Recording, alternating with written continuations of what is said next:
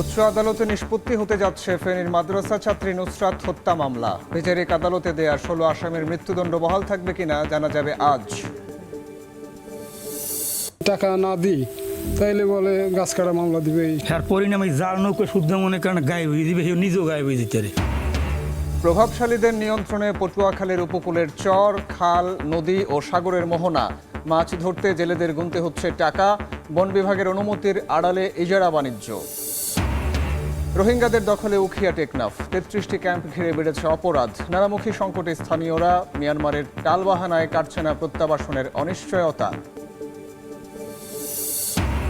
শর্ত পূরণ করে নিজ জেলায় বদলির সুযোগ। প্রথমবারের মতো বেসরকারি এমপিওভুক্ত শিক্ষকদের অনলাইনে আবেদন। সফটওয়্যার জটিলতায় চরম ভোগান্তি। এবং শাহজালালের কার্গো ভিলেজে অগ্নিকাণ্ডের 10 মাসেও ক্ষতিপূরণ পাননি অনেক ব্যবসায়ী। ঝুঁকিপূর্ণ ভবনেই পণ্য খালাস। সুরক্ষা নিশ্চিত না হলে বড় দুর্ঘটনার শঙ্কা। সময় সংবাদের সঙ্গে আছি আমি সাইফুল রুদ্র।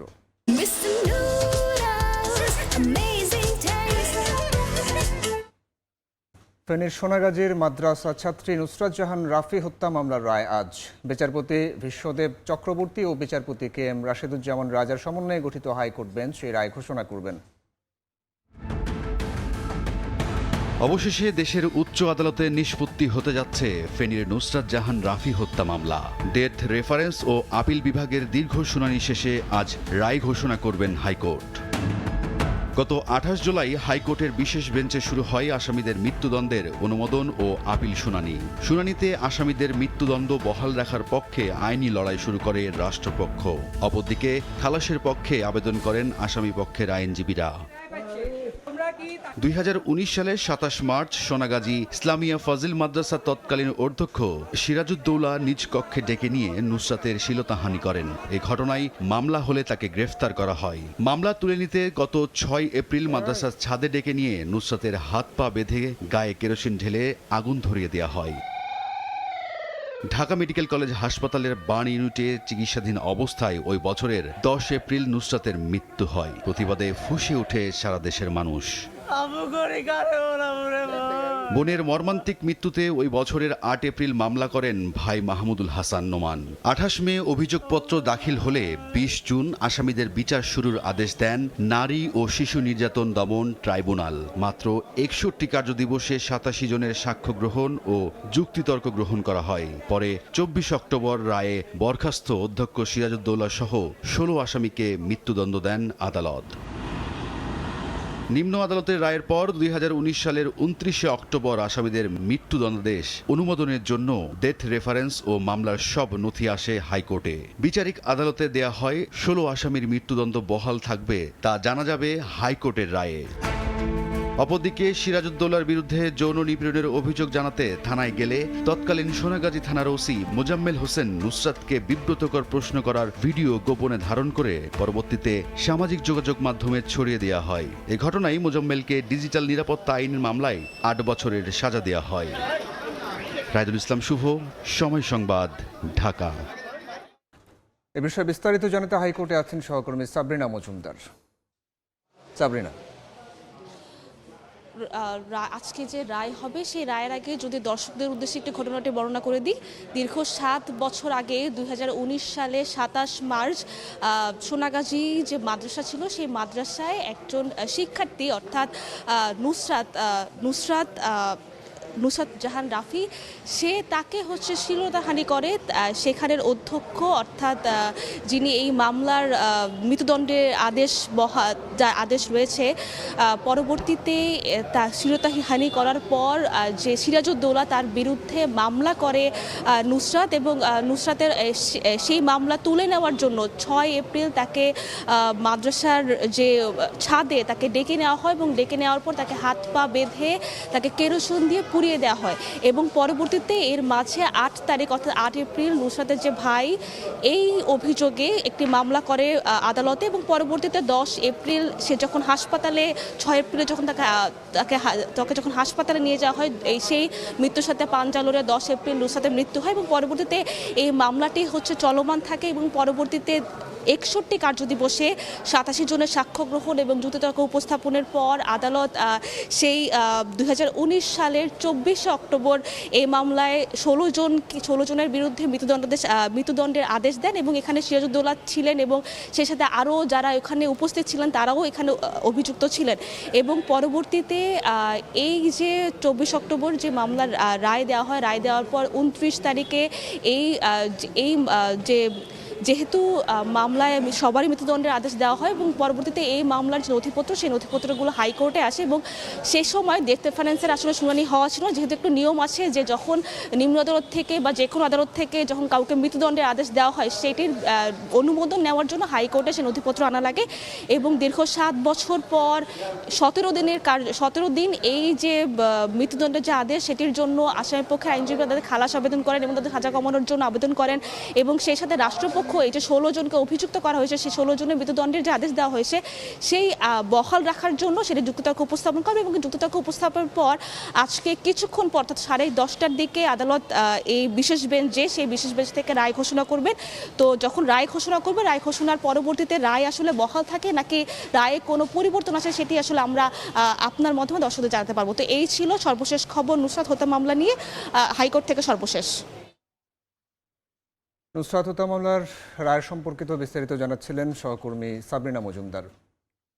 বঙ্গোপসাগর ইজারার নামে লাখ লাখ টাকার বাণিজ্য, বন বিভাগের অনুমতির আড়ালে প্রভাবশালীদের নিয়ন্ত্রণে উপকূলের চর, খাল, নদী ও সাগরের মোহনা, মাছ ধরতে হলে জেলেদের গুনতে হয় লাখ লাখ টাকা। বন কর্মকর্তা ও স্থানীয় প্রভাবশালীদের যোগসাজশে গড়ে ওঠা এই সিন্ডিকেটের কাছে জিম্মি মৎস্যজীবীরা। তবে রাজস্ব আদায়ের বিনিময়ে সমুদ্রে মাছ ধরার অনুমতি দেওয়ার ক্ষমতা রয়েছে দাবি অভিযুক্ত বন কর্মকর্তার। জেলা প্রশাসন বলছে সমুদ্র, নদী কিংবা খাল ইজারা দেওয়ার ক্ষমতা কারণেই। শেখদার জাবির হোসেনের প্রতিবেদন, ক্যামেরায় ছিলেন তৌকিব পেদা। প্রায় অর্ধ কোটি টাকা হাতিয়ে নিয়ে চলে আসে। এটা মিথ্যা কথা। যদি আমি টাকা না দিই তাইলে বলে গাছ কাটা মামলা দিবে। এর পরিণামে জাল নৌকা শুদ্ধ মনে করেন গায়েব হয়ে দিবে, নিজেও গায়েব হয়ে যেতে পারে।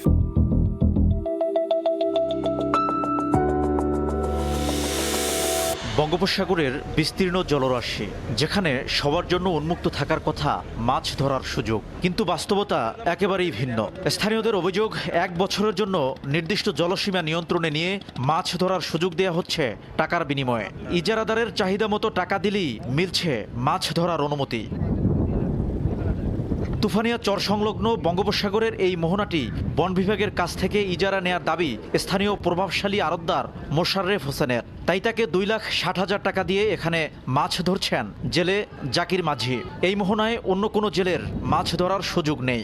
প্রত্যেক বৈশাখে ডিট দেয় 2,60,000 টাকায় চর আমাদেরকে 1 বছরের লেগে বিট দিস। 1 বছরের ভিতরে এই চর করা কেউ দিতে পারে না, অন্য মাছ ধরতে পারবে জেলেরা, চর করা আমরাই দেবো।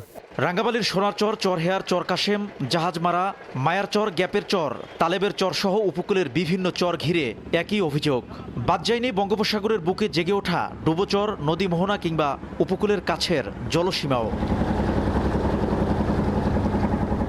কিভাবে এত বিশাল জলাঞ্চলের নিয়ন্ত্রণ চলে গেল একটি চক্রের হাতে? এই প্রশ্নের উত্তর খুঁজতে গিয়ে সামনে আসে বন বিভাগের অনুমতিপত্র বিএলসি।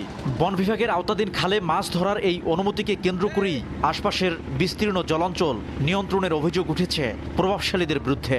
আর এই পুরো প্রক্রিয়ায় বন বিভাগের কিছু কর্মকর্তা জড়িত বলেও অভিযোগ জেলেদের। খাল ডাক নেওয়া লাগে টাকা দিয়ে, যে টাকা দিয়ে নিতে পারে তারা মাছ ধরতে দেয়, আর অন্য কেউ মাছ ধরতে দেয় না। কারে টাকা দেওয়া লাগে আর টাকা না দিলে কি হয়? বিটো বিচারে সরকারিভাবে বেলসি ও সিরিয়া কাটতে দেয়, ফরেস্টাররা কাটতে দেয়, যেমন নেতা করে, স্থানীয় নেতা করে, নেতার কাছ থেকে আমরা আর কি টাকা দিয়ে কিনে এবার ভাই। উপকূলের সংরক্ষিত বনের মধ্যে এমন ছোট ছোট শত শত খাল রয়েছে। এই খালগুলোতে চাইলেই কোনো জেলে মাছ শিকার করতে পারেন না। মাছ শিকারের জন্য বন বিভাগের কর্মকর্তা এবং প্রভাবশালীদের নির্ধারিত টাকা পরিশোধ করেই নির্দিষ্ট কিছু লোক মাছ শিকার করতে পারেন। কিন্তু মোটা অঙ্কের এই টাকা দেওয়ার সামর্থ্য নেই অনেক সাধারণ জেলের। এতে বংশ পরম্পরায় মাছ ধরে জীবিকা চালানো মানুষগুলো পড়েছেন চরম বিপাকে। তবুও পেটের দায়ে ধার দেনা করে কেউ কেউ পরিশোধ করছেন দাবিকৃত টাকা। বাগানে ছোট ছোট খাল, এই বাগানে যাই মাছ ধরতে দেয় না, হে কেসের ভয় দেখায় মাইরের শেষ। আমি একটা হতা চাইছি, আমার 20,000 টাকা দিতেই। মাছ ধরতে গেলে এক কাছে টাকা দিয়ে পাশ করে যাইতে হয়। টাকা না দিলে এরা আমার সাথে সেইভাবে ভালো ব্যবহার করে না। সম্প্রতি মাছ ধরার অনুমতি দেওয়ার কথা বলে শতাধিক জেলের কাছ থেকে প্রায় অর্ধ কোটি টাকা হাতিয়ে নেওয়ার অভিযোগ উঠে বন বিভাগের মৌডুবি বিট কর্মকর্তা শোয়েব খানের বিরুদ্ধে। অভিযোগের পর তার বদলি হলে টাকা ফেরত ও বিচারের দাবিতে মানববন্ধন করেন ভুক্তভোগীরা। তাকে টাকা না দিয়ে কেউ ওখানে মাছ শিকার করতে পারে না। সে মামলা করে, মামলার ভয়ভীতি দেখায় এবং মোটা অঙ্কের টাকা সে হাতিয়ে নেয় তাদের কাছ থেকে, জেলেদের কাছ থেকে, আমাদের কাছ থেকে। আমাদের কাছ থেকে তুফাইনা চর দেবে গইয়া 1.5 লক্ষ টাকা নিস। এই 1.5 লক্ষ টাকা যদি মনে করেন আমরা টাকা না দিই তাহলে আমাদের মাছ ধরতে দেবে না। যদি টাকা না দিয়ে ওই বনে ঢোকে তাহলে সে মামলার হুমকি দেয়। আমরা সাধারণ মানুষ ভয়তে কি করব? আপনি ওখানে সমুদ্র ইজারা দিয়েছেন। অভিযোগের বিষয়ে বক্তব্য নিতে গেলে সময় সংবাদের ক্যামেরা দেখে পালানোর চেষ্টা করেন অভিযুক্ত বন কর্মকর্তা। এ সময় তার পিছু নেয় সময় সংবাদ। জানতে চাইলে তিনি দাবি করেন রাজস্ব আদায়ের বিনিময়ে সমুদ্রে মাছ ধরার অনুমতি দেওয়ার ক্ষমতা রয়েছে তার। সমুদ্র বা এইগুলো কি ইজারা দেওয়া যায়? না, ইজারা না, আমরা পারমিট দিছি, আমরা সরকার পারমিট দিছি, আমাদের পারমিট দিতে পারি, আমরা এটা কি আপনি আবেদন সাপেক্ষে দিতে পারি। এক একটি চরে মাছ ধরার অনুমতিপত্র নিতে সরকারি রাজস্ব হিসেবে জমা দিতে হয় মাত্র 500 থেকে সর্বোচ্চ 5,000 টাকা। অথচ এর আড়ালে 5 থেকে 10 লাখ টাকা পর্যন্ত লেনদেনের অভিযোগ রয়েছে। এই বিপুল টাকার একটি অংশ স্থানীয় প্রভাবশালীদের পকেটে যায় বলে অভিযোগ বন বিভাগের। এই মাছের রিডে আমি ডিল করছি, আমি জানি চর আছে, এক একটা চর বা একটা খাল এখন এটা দীর্ঘদিন ধরে চলে আসছে। 24টা বিএলসি দিয়েছেন, তার মানে এই বনে 24 জন মানুষ মাছ ধরতে পারবে। এটা তো আমার তো সীমিত জায়গা, আমার কাছে যে আবেদন আসলে আমি করছি। তারপরে যদি এরকম কোনো ব্যত্যয় থাকে যে তারা পুরো মানে কলাপস করে পুরা সমুদ্র দখল, এই জিনিস এটা তো কোনোভাবে এটা সম্ভব না। তবে বন বিভাগের অনুমতি কিংবা ইজারার নামে বঙ্গোপসাগর নিয়ন্ত্রণের অভিযোগ সরাসরি নাকচ করেছেন জেলা প্রশাসক। তিনি জানান সমুদ্র, নদী কিংবা খাল ইজারা দেওয়ার ক্ষমতা কারো নেই। সমুদ্র সবার জন্য উন্মুক্ত, আইন মেনে সেখানে সব জেলেই মাছ ধরতে পারবেন। বন বিভাগ কেন, কারোই কিন্তু সমুদ্রকে ইজারা দেওয়ার কোনো সুযোগ নেই।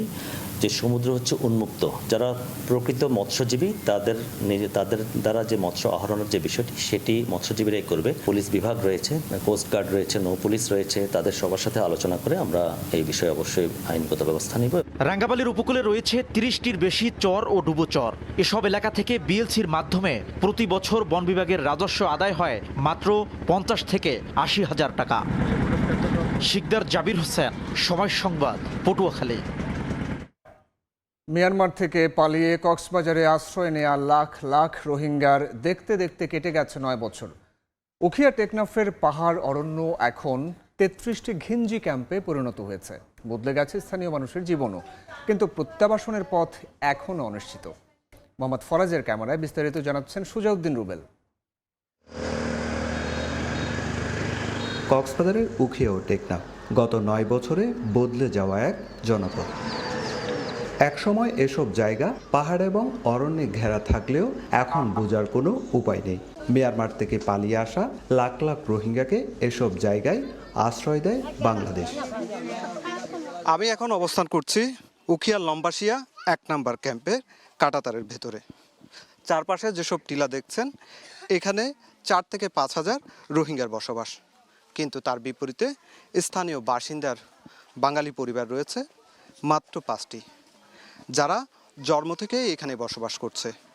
কিন্তু এসব টিলায় আগে সামাজিক বনায়ন ও কৃষিকাজ হতো, কিন্তু রোহিঙ্গা আসার পর থেকে এসব জায়গা জমি ছেড়ে দিতে হয়েছে রোহিঙ্গাদের জন্য, যার কারণে নানা ধরনের আর্থিক সংকটে চরম ক্ষতির মুখে পড়েছে বাঙালি স্থানীয় পরিবারগুলো। পরিবেশগত বিপর্যয়, অর্থনীতি, নিরাপত্তা সমস্যা, নানা সমস্যার মাঝে আমরা সম্মুখীন হচ্ছি। রোহিঙ্গাদের আশ্রয় দিতে নিজের উঠানের জায়গা ছেড়ে দিয়েছিলেন স্থানীয় সালাহা বেগম। এখন তার বাড়ির চারপাশ ঘিরে গড়ে উঠেছে রোহিঙ্গা বসতি। তাই হয়ে 2 মাস হলে আর নিকা করি যাইব বলে হয়ে আর কি করছি উড়ান গাড়ায় দোকান দি ফেলাই।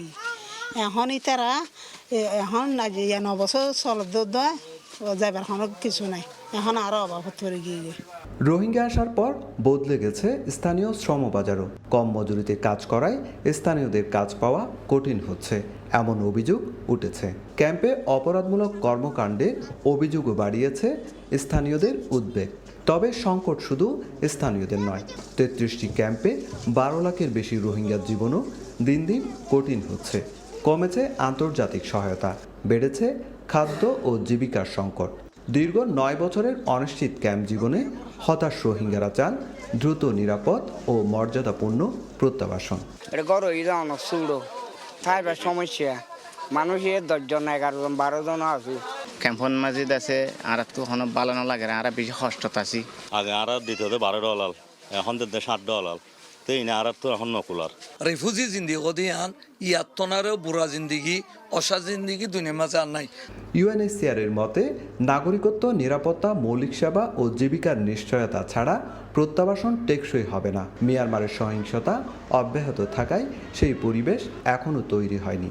আর শরণার্থী ত্রাণ ও প্রত্যাবাসন কমিশনের মতে ত্রাণের পাশাপাশি প্রয়োজন নিরাপদ ও মর্যাদাপূর্ণ প্রত্যাবাসনের সুস্পষ্ট পথরেখা। Healthcare, like education, it means being able to pursue livelihoods. It also means having a pathway to citizenship documentation. As long as those things are not in place, it is not possible for people to go back. স্টেটলেসনেস একটা মানুষকে অনেকটা নাই করে দেয় আর কি, মানে তার কোনো দেশ নেই, তার কোনো ভূমি নেই। এইটা তাদেরকে কখনো কখনো ফ্রাস্ট্রেশন থেকে ডেসপারেট করে তুলছে।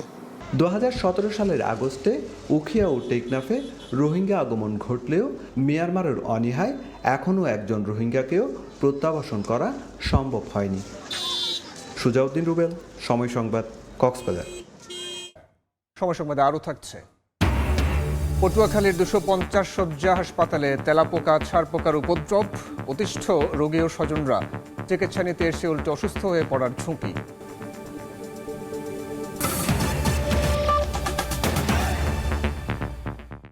প্রথমবারের মতো বেসরকারি এমপিওভুক্ত শিক্ষকদের অনলাইনে বদলি আবেদন চলছে। নিজ জেলায় শর্ত সাপেক্ষে বদলি হতে পারবেন শিক্ষকরা, তবে সফটওয়্যার জটিলতায় নানা ভোগান্তিতে পড়তে হচ্ছে তাদের।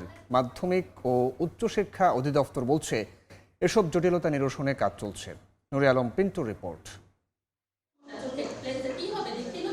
বেসরকারি এমপিওভুক্ত স্কুল, কলেজ, মাদ্রাসায় শিক্ষকদের বদলির আবেদন শুরু হয়েছে গত 21 আগস্ট। চলতি সপ্তাহ জুড়ে অনলাইনে পুরো আবেদন প্রক্রিয়া চলবে। বেশ কয়েকটি শর্তে শিক্ষকরা আবেদন করতে পারছেন। আবেদনকারী সর্বোচ্চ 3টি শিক্ষা প্রতিষ্ঠানে আবেদনের সুযোগ পাবেন। চাকরির আবেদনে দেয়া নিজ জেলায় বদলির জন্য আবেদন করতে পারবেন। নিজ জেলায় পদ শূন্য না থাকলে নিজ বিভাগের যে কোনো জেলায় শূন্য পদের বিপরীতে বদলি আবেদন। আবেদনকারী শিক্ষক বা স্বামী স্ত্রীর নিজ জেলা বা কর্মস্থলের জেলায় আবেদন করতে পারবেন। চাকরিতে যোগদানের 2 বছর হলে আবেদনের যোগ্য হবেন। বদলি হয়ে কর্মস্থলে ন্যূনতম 2 বছর কাজ করতে হবে। কারো বিরুদ্ধে সাময়িক বরখাস্ত বা ফৌজদারি মামলা থাকলে সে বদলি আবেদন করতে পারবেন না। এখানে ম্যানুয়াল কোনো সিস্টেম থাকবে না। এখানে কাউকে ফেভার করার সুযোগ থাকবে না। কারো ইচ্ছা মতো ম্যানুয়ালি বদলি করার সুযোগ না থাকার কারণে টোটালি যেটি স্বচ্ছ, তার প্রাপ্যতা ভিত্তিক, সেভাবেই বদলিটি একটি বাটন ক্লিকের মাধ্যমে সারা দেশে একযোগে হয়ে যাবে। বদলি প্রক্রিয়াকে স্বাগত জানাচ্ছেন শিক্ষকরা, তবে সফটওয়্যারে আবেদন করতে সমস্যায় পড়তে হচ্ছে তাদের। সমপদ বা সময় স্কেলে বদলিতে সমস্যা হচ্ছে। এখন চাইলে জনস্বার্থে একটা পয়েন্ট আমাদের বদলিতে আছে, যদি কোনো শিক্ষক কোনো জায়গায় নির্যাতনের শিকার হয়, সেই জায়গাটাকে ফোকাস করে সংশ্লিষ্ট অধিদপ্তর ওই শিক্ষককে বদলি করে জনস্বার্থে যে অন্য একটা জায়গায় দিয়ে শিক্ষককে নিরাপত্তা দিতে পারবে। সেই সঙ্গে স্বামী স্ত্রীর কর্মস্থলে জেলা দেয়া থাকলেও সেখানে আবেদন করা যাচ্ছে না। প্রতিষ্ঠানের শূন্য পদ থাকলেও সফটওয়্যারের ত্রুটির কারণে এসব পদ খালি দেখাচ্ছে না বলে অভিযোগ পাওয়া গেছে। পাসওয়ার্ড আইডি যে জটিলতা, সকল কিছু ঠিক থাকা সত্ত্বেও ইনভ্যালিড পাসওয়ার্ড আসছে। এটা তো শিক্ষকদের ভুল না, ভুল হচ্ছে আপনার যারা সংশ্লিষ্ট কর্মকর্তা, এদের ভুল। সারা দেশে এমপিওভুক্ত 5.5 লাখের বেশি শিক্ষক আছেন। এবারই প্রথমবার শিক্ষকরা বদলির সুযোগ পাচ্ছেন। শিক্ষা সংশ্লিষ্টরা বলছেন, বেসরকারি শিক্ষকদের যে বদলি প্রথা চালু হয়েছে সেটি সঠিকভাবে নিয়ন্ত্রণ করতে পারলে এর থেকে সুফল মিলবে। আর আবেদনের ক্ষেত্রে যেসব সমস্যা তৈরি হয়েছে সেগুলো দ্রুততম সময়ের মধ্যে চিহ্নিত করে ব্যবস্থা নিতে হবে। নূরে আলম, সময় সংবাদ, ঢাকা। শাহজালাল বিমানবন্দরের কার্গো ভিলেজে অগ্নিকাণ্ডের ক্ষতিপূরণ পাননি বেশিরভাগ ব্যবসায়ী। উল্টো পড়ে যাওয়া ভবনের নিচেই দেদারসে চলছে পণ্য খালাস। ফায়ার সার্ভিস কার্গো ভবনটিকে ঝুঁকিপূর্ণ বললেও ভ্রুক্ষেপ নেই কারো, এমনকি সুরক্ষা নিশ্চিতে কোনো চিঠিও দেয়নি বাংলাদেশ বিমান। বিশেষজ্ঞরা প্রশ্ন তুলেছেন, ক্ষতিগ্রস্ত ভবনে আবারও দুর্ঘটনা ঘটলে দায় নেবে কে? কাজল আব্দুল্লাহর 2 পর্বের ধারাবাহিকের আজ দ্বিতীয় পর্ব। ক্যামেরায় ছিলেন মিজানুর রহমান মিন্টু। 2025 অক্টোবর ঢাকা বিমানবন্দরের ইতিহাসে সবচেয়ে ভয়াবহ অগ্নিকাণ্ডের ঘটনা। স্পর্শকাতর এলাকায় এমন ধ্বংসলীলায় স্তম্ভিত হয় দেশবাসী। এই ঘটনায় শুধু তৈরি পোশাক খাতের ক্ষতি হয় আর্থিক মূল্যে প্রায় 102 কোটি টাকার, আর সামগ্রিক ক্ষতি প্রায় 12,000 কোটি টাকা। ঘটনার পর পেরিয়েছে 10 মাস। ক্ষতিগ্রস্ত ব্যবসায়ীরা কি আদৌ পেয়েছেন ক্ষতিপূরণ? কিছু কোম্পানি হয়তো ইন্স্যুরেন্স ক্লেম পেতে পারে, বা ম্যাক্সিমামই এগুলো পাওয়া যায় না আসলে, কারণ ছোট ছোট বিষয় তো। এখানে দেখা যায় $5,000, $10,000, $20,000 ইস্যু থাকে, যেগুলো শুধু আর্জেন্ট পণ্য। তো এই ছোটো ফিগার নিয়ে ইন্স্যুরেন্স ক্লেম করে তার পিছিয়ে ঘোরার থেকে অনেকে এটা করেও না। এবার আসা যাক আমদানি কার্গো ভিলেজের বর্তমান দৃশ্যপটে। এখনো দেয়ালে আগুনের কালো দাগ, পুড়ে যাওয়া ছাদ, ক্ষতিগ্রস্ত নানা উপকরণ দৃশ্যমান, অথচ সেই জায়গারই কিছু অংশ রং করে চলছে সব ধরনের কর্মযোগ্য। 18 অক্টোবরে ভয়াবহ অগ্নিকাণ্ডে কার্গো ওয়্যারহাউস পুড়ে ছাই হয়ে গেছে। 10 মাস অতিবাহিত হয়েছে, অদ্য পর্যন্ত এই কার্গো ব্যবস্থাপনার কোনো আমরা ভালো কিছু দেখতে পাচ্ছি না। এদিকে গ্রাউন্ড হ্যান্ডলিং পরিচালনায় থাকা বাংলাদেশ বিমান জানিয়েছে, নিরাপদ কার্গো কমপ্লেক্সের জন্য চিঠি দেওয়া হয়েছে বেসামরিক বিমান চলাচল কর্তৃপক্ষকে। বর্তমান অবকাঠামো কতটুকু নিরাপদ জানতে চাইলে পুরো বিমানবন্দরের নিরাপত্তা অবকাঠামো, অগ্নি নিরাপত্তা ও পরিচালনার দায়িত্বে থাকা সিভিল এভিয়েশনের পর্ষদ সদস্য কেউই কথা বলেননি। আমাদের বি সেকশনে যে চালু আছে, এখানে নিরাপত্তা সঠিকভাবে রয়েছে। ফায়ার সেফটি প্ল্যান এটাও আমাদের অ্যাপ্রুভালের জন্য অপেক্ষায় আছে। ভবনটিতে অনুমোদিত ফায়ার সেফটি না থাকায় কার্যক্রম পরিচালনা ঝুঁকিপূর্ণ বলছে ফায়ার সার্ভিস।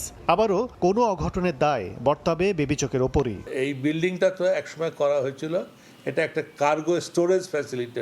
এইটা তো কার্গো ভিলেজ হিসেবে গণ্য করা যায় না এটা, এবং কার্গো ভিলেজের যে ক্যারেক্টারিস্টিক্স থাকে সেই ক্যারেক্টারিস্টিক্সের কোনো কিছুই এখানে নাই। এটা একটা কার্গো গোডাউন হিসেবে করা হয়েছিল। যতক্ষণ না তারা ফুল ফ্লেজেড আপনার কার্গো কমপ্লেক্স তৈরি করছে, ততক্ষণ কিন্তু ঝুঁকি থেকেই যায়। সাময়িক সুবিধা পেতে নিরাপত্তায় আপোষ করলে দীর্ঘমেয়াদে আরও বড় ক্ষতির ঝুঁকি তৈরি হয়, সতর্কবার্তা অংশীজনদের। স্বল্প পরিসরে হলেও এই পোড়া কার্গো ভবনের নিচেই প্রতিদিন আনাগোনা শত শত মানুষের। চলছে ব্যাংকিং, কাস্টমস এবং পণ্য খালাসের মতো কার্যক্রম। সংশ্লিষ্টরা মনে করেন, পরবর্তীতে যে কোনো ঘটনায় প্রাণহানির মতো ঘটনা, পাশাপাশি প্রশ্নবিদ্ধ হতে পারে বাংলাদেশের এয়ার কার্গো ব্যবস্থাপনা নিয়ে। শাহজালাল বিমানবন্দর থেকে কাজল আব্দুল্লাহ, সময় সংবাদ, ঢাকা। রাজধানীর সিএনজি ফিলিং স্টেশনগুলোতে গ্রাহকের ভোগান্তি কমেনি। এই মুহূর্তে মগবাজারের সিএনজি পাম্পে আছেন সহকর্মী স্বপন আহমেদ, যুক্ত হচ্ছে তার সঙ্গে। স্বপন, গ্যাস নিয়ে ভোগান্তির যে চিত্র সেটি একেবারেই কমছে না। গত 2 মাস ধরে, প্রায় 2 মাস ধরে চলা যে সংকট, সেটি ধীরে ধীরে আরও বেশি সংকটে পরিণত হচ্ছে। কেননা প্রতিদিনই গাড়ির যে সারি সেটি আরও বেশি দীর্ঘ হচ্ছে। যারা গ্যাস সংকটের আগে গ্যাস নিতেন গ্যাস পাম্পে এসে, তারা কিন্তু 2 থেকে 3 মিনিটের মধ্যেই যদি প্রেসার থাকতো তাহলে তারা এই গ্যাসটি নিতে পারতো। কিন্তু সংকট তৈরি হওয়ার পরে সিরিয়াল তো দিতেই হচ্ছে, একে তো 3 থেকে 4 ঘন্টা সিরিয়াল দিয়ে অপেক্ষা করতে হচ্ছে, এবং গ্যাস পাম্পে যখন নজেলটি তাদের লাগানো হচ্ছে সেখানেও কিন্তু প্রায় 7 থেকে 10 মিনিট সময় লাগছে। কেননা সংশ্লিষ্ট যারা সিএনজি পাম্প মালিকরা রয়েছেন তারা বলছে গ্যাসের সরবরাহ একেবারেই কম। অতএব বলা যায় যে গ্যাস নিয়ে যে প্রতিদিনের ভোগান্তি সেটি আরও বেশি দীর্ঘ হচ্ছে। কেননা যারা গ্যাস নেওয়ার জন্য সিরিয়াল দিচ্ছেন তাদের সিরিয়াল কিন্তু প্রায় আধা কিলোমিটার পর্যন্ত চলে যাচ্ছে। অতএব এই গ্যাস নিতে তাদের প্রতিদিনই প্রায় 3 থেকে 4 ঘন্টা সময় লাগছে। আজকের সোমবার, আজকের চিত্রও কিন্তু একই। আমরা এই মুহূর্তে মগবাজারে অনুদীপ গ্যাস পাম্পে রয়েছি। সেখানেও কিন্তু গাড়ির যে দীর্ঘ সারি সেটি কিন্তু প্রায় 300 থেকে 400 মিটার পর্যন্ত চলে গিয়েছে। অতএব এই যে দীর্ঘ সারি, এটিতে যারা ভাড়ায় চলাচল করেন গ্যাস সংগ্রহ করার পরে, তারা যেরকম সংকটে পড়ছেন, পাশাপাশি ব্যক্তিগত গাড়ি যারা ব্যবহার করেন তারাও কিন্তু বেশ সংকটেই পড়েছেন। কেননা অতিরিক্ত সময় লাগছে। সংশ্লিষ্ট কর্তৃপক্ষ বলছে যে যখন আসলে তাদের চাপটাই নেই তাহলে তারা গ্যাস কিভাবে দেবেন। তো সব মিলিয়ে যারা গ্যাস দিয়ে গাড়ি চালাচ্ছেন তারা বলছেন যে এই সমস্যা কবে নাগাদ সমাধান হবে, বা তারা খুব দ্রুতই এই সমাধানটা চান। তো এতটুকুই ছিল এখন পর্যন্ত সিএনজি ফিলিং স্টেশন থেকে আমার কাছে গ্যাসের যে সংকট সেখান থেকে সব শেষ। রাজধানীর মগবাজার থেকে যুক্ত হয়েছিলেন সহকর্মী স্বপন আহমেদ। দেখছেন সময় সংবাদ, সঙ্গেই থাকুন। দেখছেন সময় সংবাদ। পটুয়াখালী 250 শয্যা বিশিষ্ট হাসপাতালে বেড়েছে তেলাপোকা ও ছারপোকার উপদ্রব। চিকিৎসা নিতে এসে উল্টো অসুস্থ হয়ে পড়ছেন রোগী ও তাদের স্বজনরা। সকালে আনছি নাস্তা আমরা খাইতে, সেই নাস্তা তো থুইয়া দিছি তেলাপোকায় টানে।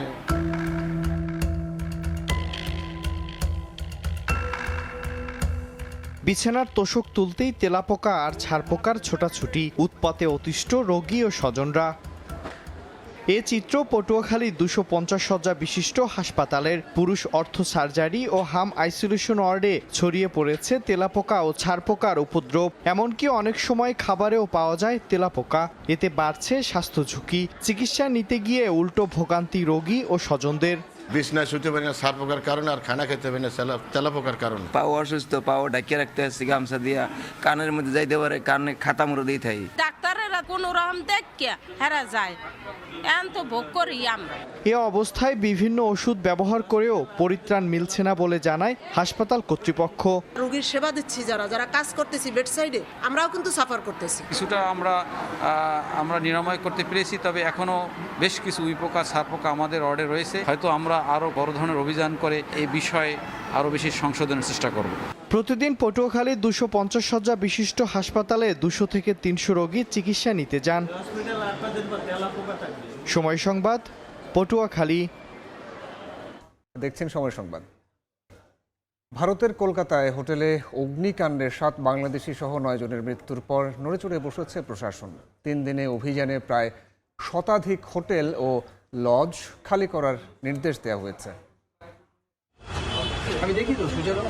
19 আগস্ট ভয়াবহ অগ্নিকাণ্ডে প্রাণহানির ঘটনায় কলকাতা পৌরসভার তদন্তকারী দল নিউ মার্কেটের বাংলাদেশি অধ্যুষিত হোটেল পাড়ায় হানা দিতে শুরু করে।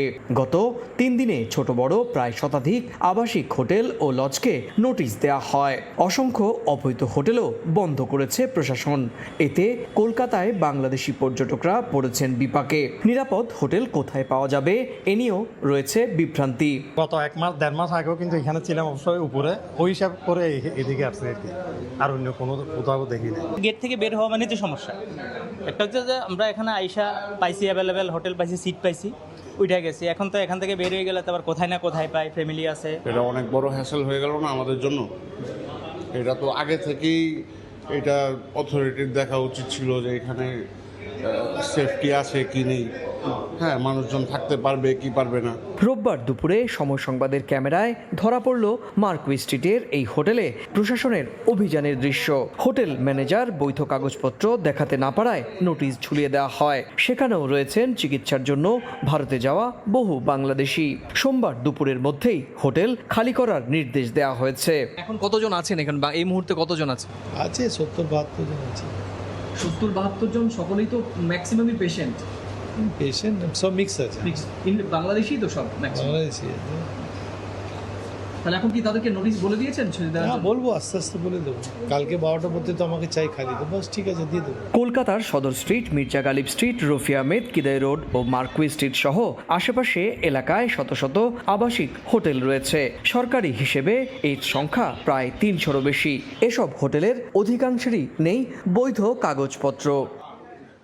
মার্কুই স্ট্রিটের সবচেয়ে বেশি কক্ষ বিশিষ্ট আবাসিক হোটেল এটি, আর সেই হোটেলটিতেই আজকে দুপুরবেলা হানা দিয়েছে কলকাতা কর্পোরেশন, কলকাতা পুলিশ এবং ফায়ার এবং সিএসসির আধিকারিকরা, এবং তারপর এই হোটেলে সরাসরি বন্ধ করার নোটিশ ঝুলিয়ে দেওয়া হয়। এখানে প্রায় 58টি আবাসিক কক্ষ রয়েছে এবং সেখানে প্রায় অধিকাংশই রয়েছেন বাংলাদেশি পর্যটকরা। এখন বাংলাদেশি পর্যটকদের প্রশ্ন, এই আচমকা হোটেল বন্ধ করে দেওয়ার পর তারা যাবেন কোথায়? সেই প্রশ্নের উত্তর প্রশাসনের কেউ দিতে পারেননি। কলকাতার মার্কুই স্ট্রিটের এই হোটেল থেকে সুব্রত আচার্য, সময় সংবাদ।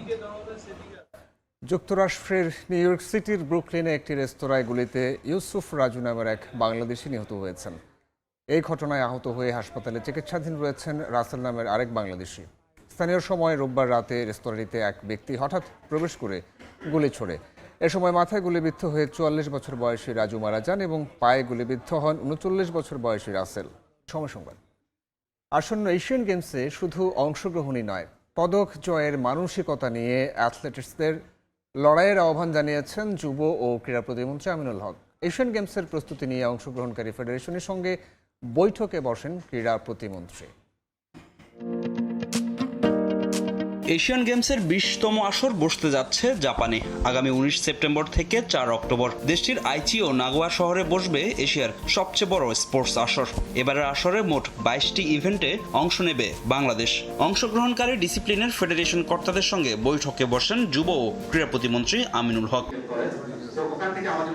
গেল এশিয়ান গেমসে 17টি ইভেন্টে বাংলাদেশের মোট 180 জন অ্যাথলিট অংশ নিলেও পদক আসে শুধু ক্রিকেট থেকে। নারী ও পুরুষ বিভাগে বাংলাদেশ ব্রোঞ্জ জিতলেও হতাশ করেন অন্যান্য অ্যাথলিটরা। তবে এবারের আসরে শুধু অংশগ্রহণ নয়, আন্তর্জাতিক মঞ্চ থেকে পদক ছিনিয়ে আনার প্রত্যাশা যুব ও ক্রীড়া প্রতিমন্ত্রীর, যার জন্য যোগ্যতা ও পারফরমেন্সের ভিত্তিতে দল নির্বাচনের নির্দেশনা দেন তিনি। আমাদের লক্ষ্য শুধু অংশগ্রহণ করা না, আমাদের লক্ষ্য হচ্ছে অংশগ্রহণের মাধ্যমে আমাদের পদক নিশ্চিত করা। বছরব্যাপী আমরা আমাদের যে সিলেক্টিভ যে স্পোর্টস ইভেন্টগুলো থাকবে সেই ইভেন্টগুলোকে আমরা বছরব্যাপী ট্রেনিং সেশনের ভিতরে রাখবো আমাদের ক্রীড়াবিদদেরকে। পদক জয়ের জন্য প্রয়োজন পর্যাপ্ত অনুশীলন ও সুযোগ সুবিধা, যা নিশ্চিতে ফেডারেশনগুলোকে তাগিদ দিয়েছেন যুব ও ক্রীড়া প্রতিমন্ত্রী। কোচের ভূমিকায় কর্মকর্তাদের বিদেশ ভ্রমণের সমালোচনা করে বিভিন্ন ফেডারেশনকে এই বিষয়ে সতর্ক করেন আমিনুল হক। আমি কখনোই আশা করব না যে আপনারা কোনো ক্রীড়াবিদ হয়ে বা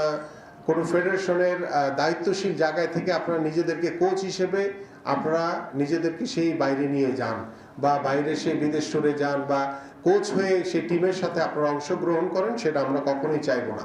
আমাদের যেহেতু দীর্ঘমেয়াদী পরিকল্পনা, সেই পরিকল্পনাগুলো আমরা বাস্তবায়ন করতে পারি, সে বিষয় নিয়ে আপনারা অবশ্যই সজাগ থাকবেন। আন্তর্জাতিক অঙ্গনের সাফল্য পেতে হলে ভালো কোচের বিকল্প নেই, যার জন্য ফেডারেশনগুলোকে ভালো কোচ নিয়োগের নির্দেশ দেন যুব ও ক্রীড়া প্রতিমন্ত্রী। সেই সঙ্গে সারা বছর অনুশীলন চালিয়ে যাওয়ার পরামর্শ দেন আমিনুল হক। ফাহিম ইসলাম, সময় সংবাদ, ঢাকা। এ পর্যায়ে শীর্ষ সংবাদগুলো জানাবো আরও একবার। ফেনীর মাদ্রাসা ছাত্রী নুসরাত হত্যা মামলায় হাইকোর্টের রায় ঘোষণা চলছে। বিচারিক আদালতে দেয়া 16 আসামির মৃত্যুদণ্ড বহাল থাকবে কিনা নিষ্পত্তি হবে এই আদেশে। টাকা না দিই তাইলে বলে গাছ কাটা মামলা দিবে, আর পরিণামে জাল নৌকা শুদ্ধ মনে কারণ গায়ে হয়ে দিবে, নিজেও গায়ে হয়ে দিতে। প্রভাবশালীদের নিয়ন্ত্রণে পটুয়াখালীর উপকূলের চর, খাল, নদী ও সাগরের মোহনা। মাছ ধরতে জেলেদের গুনতে হচ্ছে টাকা। বন বিভাগের অনুমতির আড়ালে ইজারা বাণিজ্য। এবং রোহিঙ্গাদের দখলে উখিয়া টেকনাফ। 33টি ক্যাম্প ঘিরে বেড়েছে অপরাধ। নানামুখী সংকটে স্থানীয়রা। মিয়ানমারের টালবাহানায় কাটছে না প্রত্যাবাসনের অনিশ্চয়তা।